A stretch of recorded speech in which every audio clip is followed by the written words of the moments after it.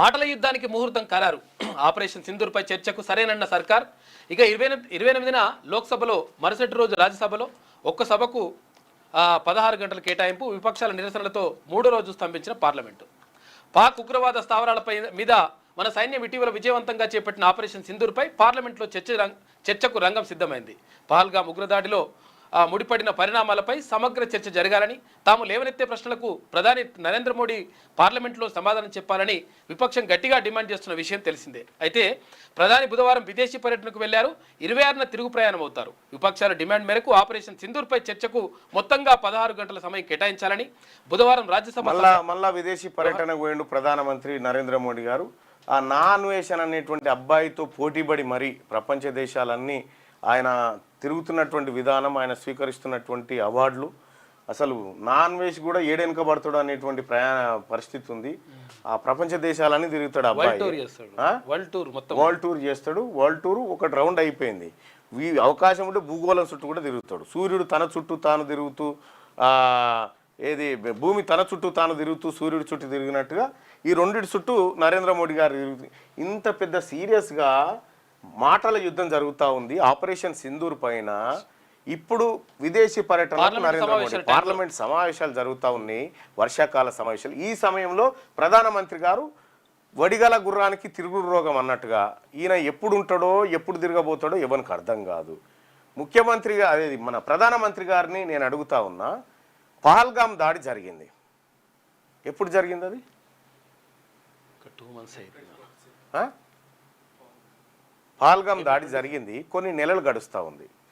పహల్గామ్ దాడిలో 4 ఉగ్రవాదులు పాల్గొన్నారు. 26 మందిని విచక్షణారహితంగా కాల్చి చంపారు. పహల్గామ్ ఎక్కడ ఉంది? జమ్మూ కాశ్మీర్లో ఉంది.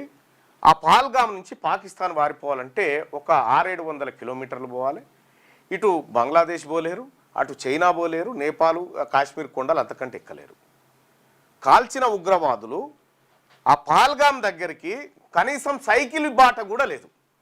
పోతే గుర్రపు బండి మీద పోవాలి, గుర్రాల మీద పోవాలి, పోతే తప్ప పహల్గామ్ చేయలేరు. అటువంటి ప్లేస్లోకి 4 ఉగ్రవాదులు వచ్చి పర్యాటకులను చంపి, వాళ్ళు గుర్రాల మీద కూడా పోలేనటువంటి పరిస్థితుల్లో నడుచుకుంటూ పోగలిగితే ఎంత దూరం పోగలుగుతారు? మా అయితే 5 కిలోమీటర్లు ఆ కొండలెక్కి పోగలుగుతారు. ఈ 5 కిలోమీటర్ల రేడియేషన్లో మన ఆర్మీకి ఆ 4 దొరకలే. ఇప్పటిదాకా 4 ఉగ్రవాదులు దొరకలే. వాళ్ళు ఏడున్నారో తెలియదు, వాళ్ళు ఎక్కడున్నారని చెప్పి ఇప్పుడు ఇండియా కూటమి పక్షాల ఖర్గే గారి వాదన.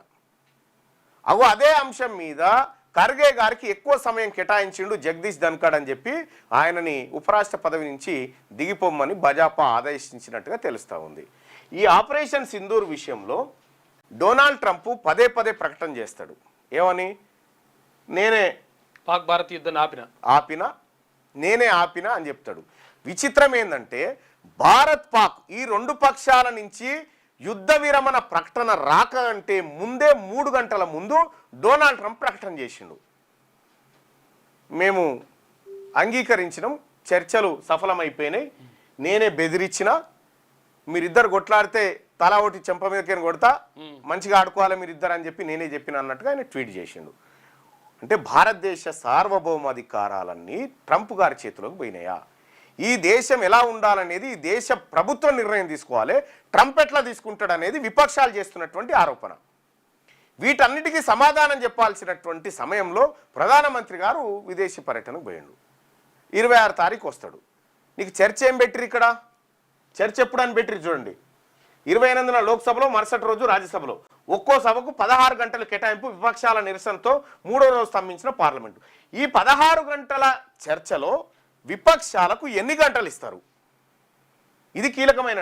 ఈ 16 గంటలలో 15 గంటలు అధికార పార్టీ మాట్లాడి 1 గంట సేపు కాంగ్రెస్ ఈ విపక్షాలకు ఇస్తే ఏమైనా లాభం ఉంటుందా? కాబట్టి ఈ చర్చ అర్థవంతంగా జరగాలి. ఆ 4 ఉగ్రవాదులు ఎక్కడ? వాళ్ళ ఈ స్కెచెస్ కూడా బయటికి వేసిరు అప్పట్లో.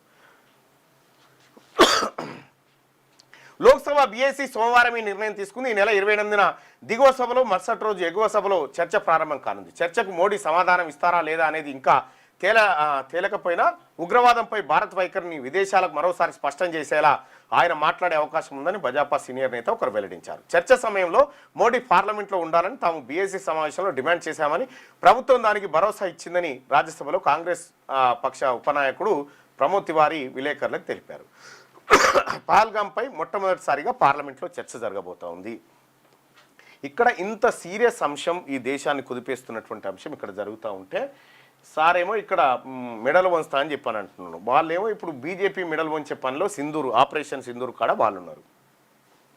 అంటే పెద్ద సౌండ్ కాడ మన సౌండ్ చేసినా పెద్దగా ఎవరికి వినిపించకూడదు అన్నట్టు. డీజే కాడికి పోయి ఎవరన్నా సుదర్శన్ బాగున్నావా అంటే వినబడదో, సేమ్ ఇదే కథ అన్నట్టు ఇప్పుడు ఇది కూడా.